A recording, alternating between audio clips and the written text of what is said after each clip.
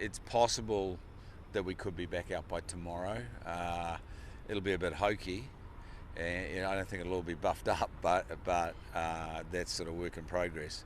But from what we've seen this morning for the continuing surveillance of the boat, the electronics, which have taken a big thump, but they haven't switched, the boat's been running through the night, we could well be out again by tomorrow. Yeah, well, the repairs have already started. We're pretty lucky, I think. If it had been 200 millimetres either side, it would have been a whole bunch worse, but it fell into the cradle, sort of perfectly into the cradle, although the front splash was slightly down. The boat was running, it was switched on, so we were able to look at all the strains. The foils don't look like they've seen anything more than a busy day out on the water. They've got a bit of gravel rash, but they don't seem damaged. We've activated all the flaps and everything, and that seems okay. So that part, I think the FCS, because the boat was switched on, allowed the foils to give a little bit too and help protect them, but probably cushioned the boat slightly as it came down. There's two areas of delamination where it physically just hit the cradle.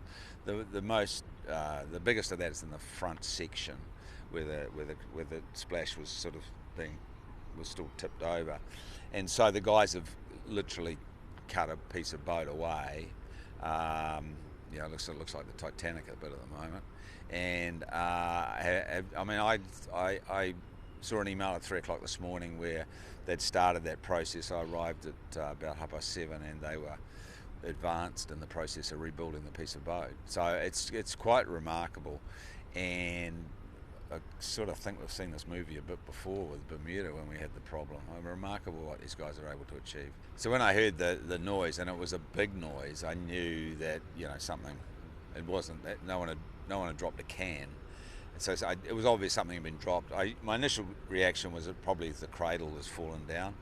But as I came towards, before I could see the boat got in view, I could see people with their hands over their faces like that, so I knew it was something pretty serious by the time I arrived, which is all of 10 seconds.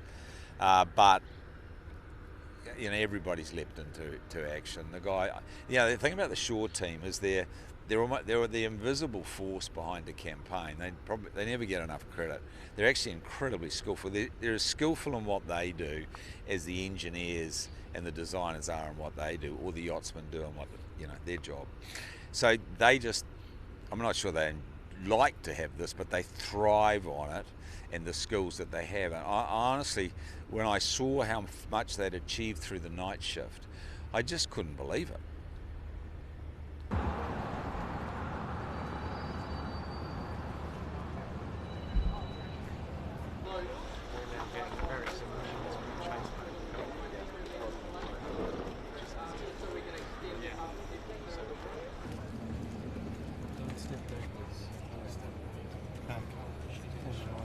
Coming in.